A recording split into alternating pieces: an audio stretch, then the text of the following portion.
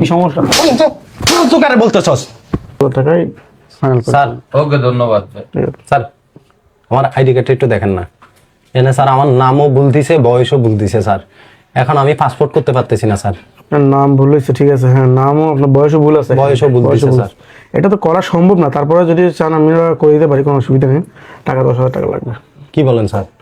10,000 টাকা লাগবে স্যার আমার কাছে এত টাকা নাই তো স্যার। ভাই। 10,000 টাকা নিতে 1 টাকাও হবে না, এগুলো অনেক কষ্টের কাজ, কথা বোঝেন না ভাই? স্যার একটু কমাই রাখেন না স্যার। 1 টাকাও কম হবে না ভাই, কম রাখছি, 10,000 টাকা রাখছি, নাহলে 20,000 স্যার টাকা আমি দিতে অনেক হবে। কষ্টে বাইরে যাচ্ছি স্যার, আমার কাছে এত টাকা নেই স্যার। এখন এটার জন্য আমি বাইরে যেতে পারবো না স্যার, একটু দয়া করেন না স্যার। আপনি টাকা 10,000 টাকা নিয়ে আসেন, আমরা সংশোধন করে দিব, কথা বলছেন, এগুলো আমাদের লোক লাগে। স্যার এটা ভুল কি আমাদের স্যার? বলেন ভুল কি আমাদের? আপনি আমাকে শিখাতে আসছেন নাকি? হ্যাঁ, ভুল আপনি আমাকে শিখাতে আসছেন? ভুল আপনাদের না। এখানে এসে কথা বলতেছেন, যান আপনি, যান যান।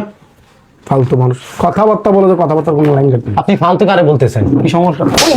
ফালতু কারে বলতেছস? তোরা এতক্ষণ ভদ্রভাবে বলতেছি, এদিকে আয়। তোমাকে অনেক ধন্যবাদ ভাই। এদের মতো কিছু শয়তান আছে যারা সরকারি চাকরি করে অথচ সাধারণ জনগণের কাছ থেকে তারা শুধু টাকা হাতিয়ে নেয়। এদের টাকার প্রতি কোনো মায়া আসে না। তারা সাধারণ জনগণকে কোনো মানুষ হিসেবে তারা মূল্যায়ন করে না। তুমি সঠিক কাজটি করে দেখেছো ভাই। এদেরকে এভাবেই শাস্তি দেওয়া উচিত। ধন্যবাদ।